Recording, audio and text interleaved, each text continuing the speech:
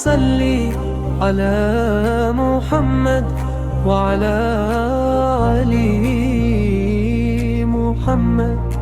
Peace and blessings upon him. Light of mercy, guide our hearts.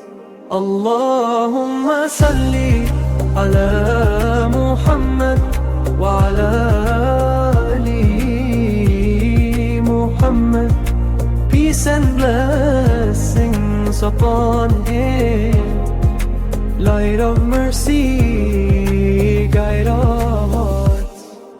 Sallallahu alayhi wa sallam. Sallallahu alayhi wa sallam.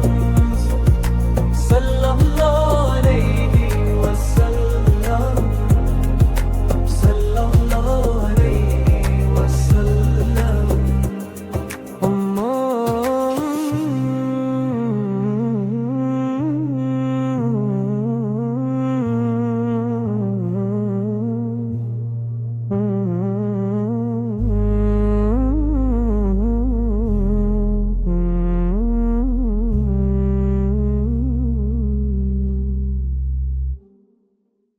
In the 6th century, the Arabian city of Makkah was governed by a strict, unforgiving code. At night, the desert winds carried the absolute law of the land. Bloodlines and tribal loyalty dictated who lived and who died. Those who abandoned the idols of their forefathers to follow the new message of Islam found themselves completely stripped of that protection. They were heavily persecuted, forced out of the public squares, and driven into hiding. The early followers were a fragile, scattered group. They faced an established aristocracy that controlled the wealth, the trade routes, and the swords of the city. On one specific night, the survival of this entire community hung by a thread. Gathered in a secret house, they were completely vulnerable to a single fatal blow. That blow was meant to be delivered by Umar ibn al-Khattab. He was a towering figure in Makkah, an imposing warrior whose physical stature alone commanded fear across the tribes. He harbored a deep, violent resentment for the new faith. To Umar, Islam was a disease dividing his people, making him the most capable and terrifying enemy the early Muslims faced. That night, he made a definitive decision.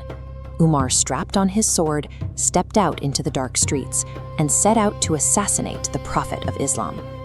Dark, urgent pacing. Driven by a blinding, obsessive rage, his mind was consumed by the violent task ahead. He marched with a singular purpose, heavily armed and unchecked. Umar represented the ultimate physical weapon of the Quraysh tribe. If his march reached its destination, the religion would die in its infancy. But a chance encounter abruptly halted his path. Another man on the street, desperate to deflect Umar's wrath, revealed a devastating secret. Umar's own sister, Fatima, and her husband had already converted to Islam. For a fiercely proud man, this was a severe personal insult.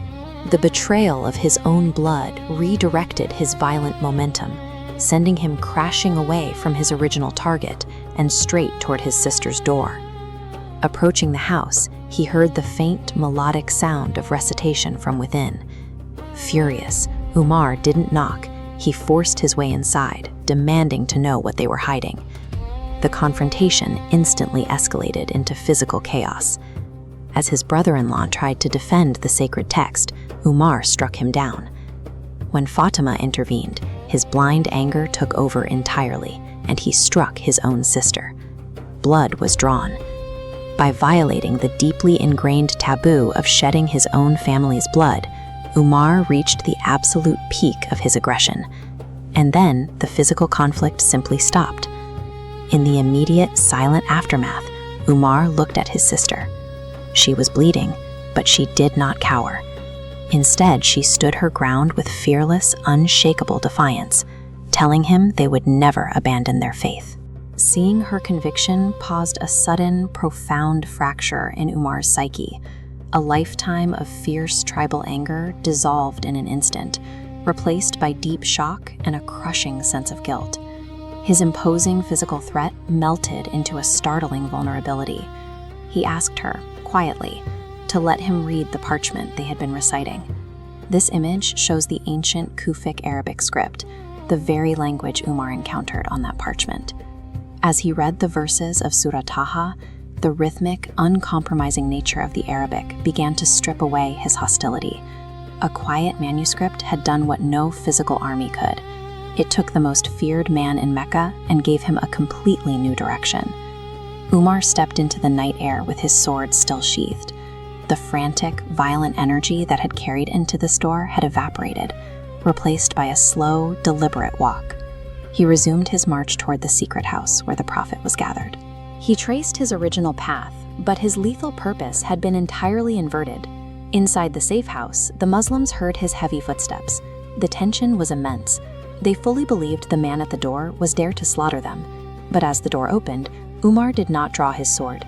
He made a formal, peaceful declaration of faith before the Prophet, instantly flipping his massive societal influence from a lethal threat to an impregnable asset. In a society governed by the threat of force, Umar's presence acted as a sudden, massive deterrent. Attacking the Muslims now meant contending with the man the Quraysh feared most, stalling the campaign to erase them. The immediate consequence was undeniable. Protected by Umar's formidable reputation, the Muslim community was emboldened to step out from the shadows. Look at this historical photograph of the immense crowds gathered in the courtyard of the Kaaba. It was Umar's conversion that first made this scale of public worship possible, as he physically shielded the early Muslims so they could march to the Kaaba for the very first time. From that night forward, Umar evolved into a monumental leader. He left behind his tribal violence, establishing a legacy defined by uncompromising justice and immense moral force. The transformation of this single man's intent secured the physical survival of the faith, placing the foundations of the early state in the hands of the man who would eventually expand its borders across 3 continents.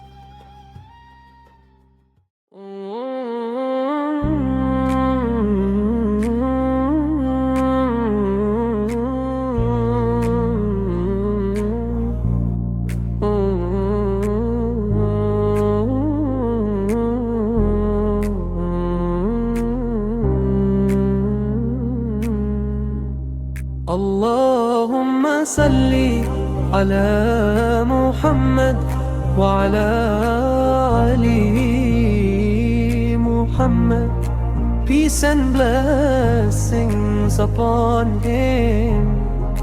Light of mercy, guide our hearts. اللهم صل على محمد وعلى آل محمد. Peace and blessings upon him.